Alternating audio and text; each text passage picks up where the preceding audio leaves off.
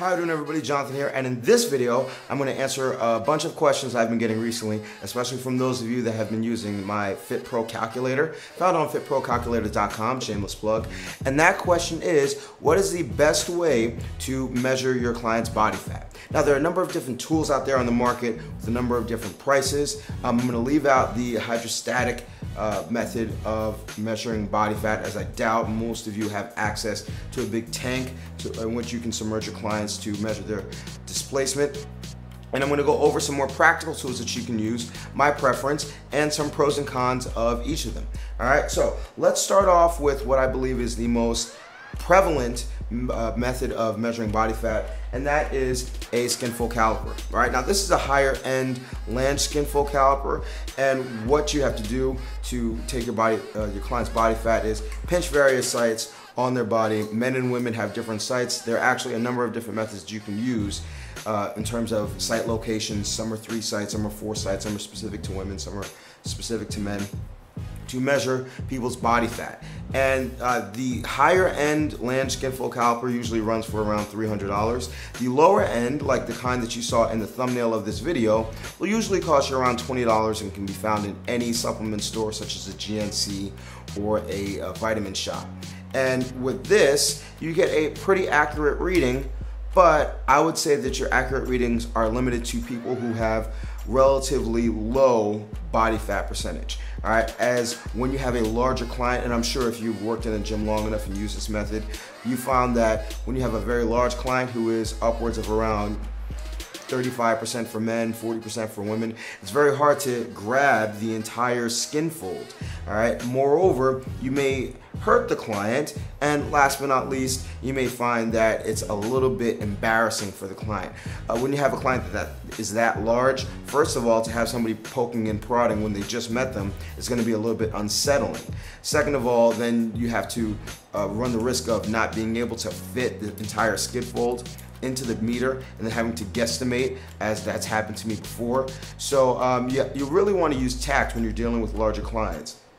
When it comes to skinfold measurements, also if you have a larger, like a much larger client with a huge stomach, a lot of times their belly fat is dense. All right, so if you're taking it at the suprailiac or the umbilicus, you're gonna find that it's impossible to pinch something, and you're gonna think, you know, based on the reading, that they have this much fat. All right, when in actuality, there's just so much dense fat, it's really hard to grab.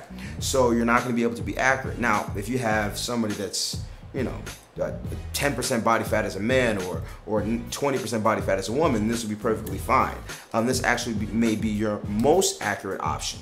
But in terms of the grand scheme of clients that you run into, I think this tends to favor people that have a lower body fat. All right.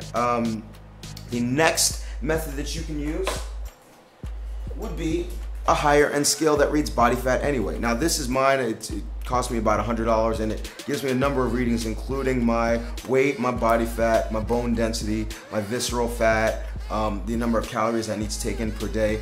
And you could use this. The only issue here is if you have a lot of clients, okay? Because I run a boot camp.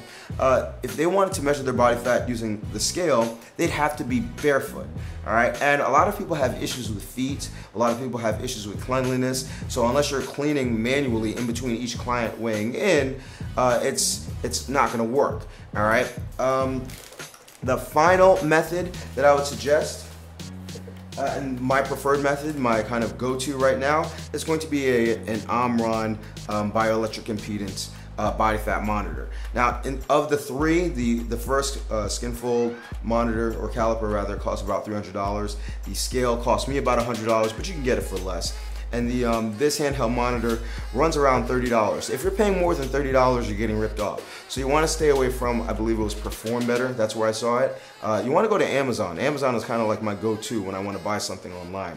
But Amazon will sell this for about $30. Perform Better, I think, for like $69 with no difference, so I would go with Amazon.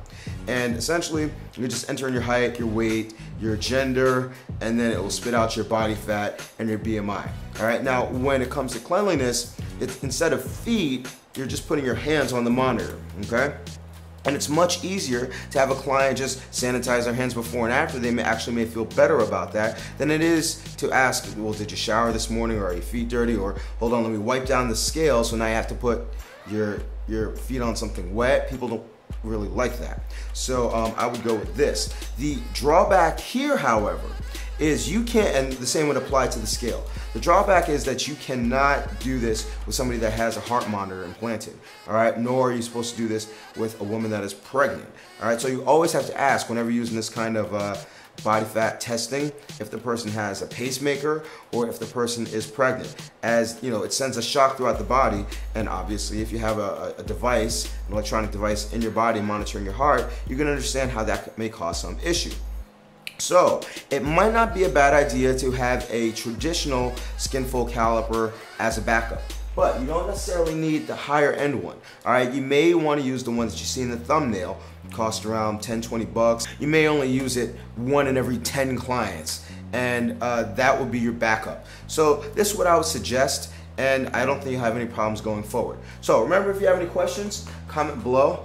Thank you for all your support. Remember to subscribe to this channel. I'll have new videos coming up all the time, as long as you remember to eat healthy, hydrate, drive safe. Stress levels won't get rest, don't slap anybody. Love your clients, they will love you back. Subscribe. I will see you all tomorrow or the next day, and you have a good one. They're not respecting the fact that you only get paid, and I don't think a lot of clients realize this. They're not respecting the fact that you only get paid when you train. And they're not respecting the fact, or they're not understanding the fact that when they book a session with you, they're paying for the time. They're not paying for the workout. So I'm gonna give you a couple of things that you wanna say up front so that you don't have to deal with this problem as often. And I'm also gonna give you some talking points to have with your client after you realize that they're a repeat offender.